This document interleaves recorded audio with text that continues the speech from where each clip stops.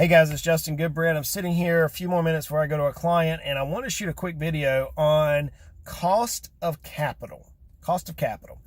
Now, I'm probably going to do an in-depth video on this in front of a whiteboard so I can kind of explain it in more details, drawing some numbers and putting some real math to it. But for right now, we're going to talk about cost of capital in the light of tax planning.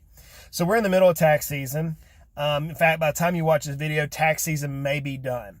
But I've heard many CPAs this year talk kind of crazy to me, crazy talk, okay? So they're looking at their clients and they're saying, well, this actually happened. I had a CPA say, well, if the client puts $10,000 into the CEPA, S-E-P IRA, and the same could be for IRAs or anything else, he's only going to save 18%.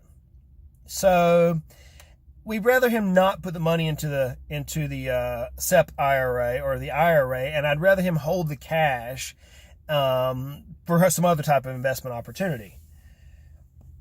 I literally was speechless. I'm like, excuse me? He goes, well, we just want him to hold the cash. We just don't see that big of a benefit. So I stopped and I said, okay, let me make sure I understand this. This particular client has about $40,000 in their business. They're not going to utilize this $40,000. It's going to stay in a checking account. We know the way the business operates. So you would rather them hold the money there because it by contributing the money to a IRA, CEPA IRA, so okay, whatever the account is, by contributing to that account, it's not going to generate a large enough tax deduction. Yeah. How big does the tax deduction have to be before it's large enough? Of course, there was crickets on the phone. So here's where cost of capital comes into play. We're sitting on cash. The cash isn't really making us any money right now.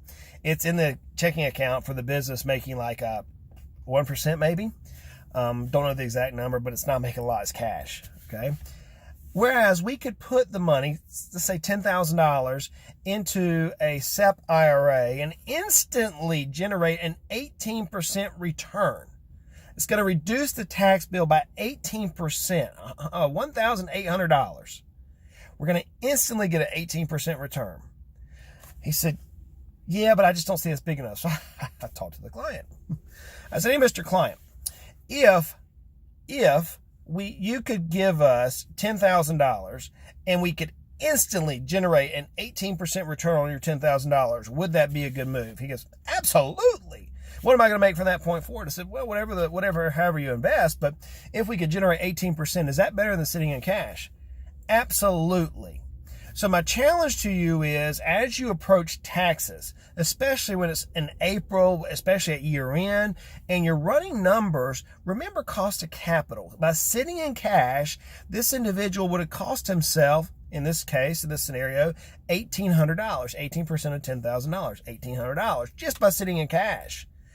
And the client actually said, Justin, that's like one of my job's profit. I have to work on this much time to generate that much in profit. That's a no-brainer for me. So as you approach taxes, as you approach your tax filing, it may not always be smart from a tax scenario to say, hey, we're not dropping a bracket, or we're not going to get a 60% return on our money. Think about it in terms of cost of capital. If we're sitting on cash that we're not going to utilize, and it would generate an instant, in this case, 18% return on our investment, maybe, just maybe, it's a good investment. So we actually talked to the CPA. The CPA said, I never thought about it in that standpoint. I was looking at it in the microscope of taxes. And yes, I recommend, as well as you do, Justin, that this individual puts 10 grand into the into the CEPA IRA.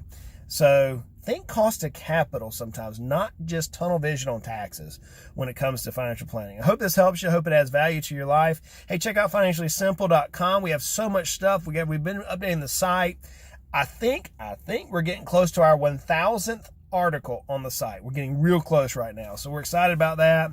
A lot of content out there. I hope it helps you. If it does help you, hey, shoot me a message. Connect with me on Twitter. Justin Goodbread, or at JGBread. You might be able to find me on Instagram, Facebook, LinkedIn. I'm everywhere. You can just about find me on YouTube, obviously. So y'all connect with me, and hopefully I can answer some of your questions. Like I say every week, life is hard. It is. Life is complicated. Money doesn't have to be. Let's continue to make our lives at least financially simple. Y'all go out and make it a great day.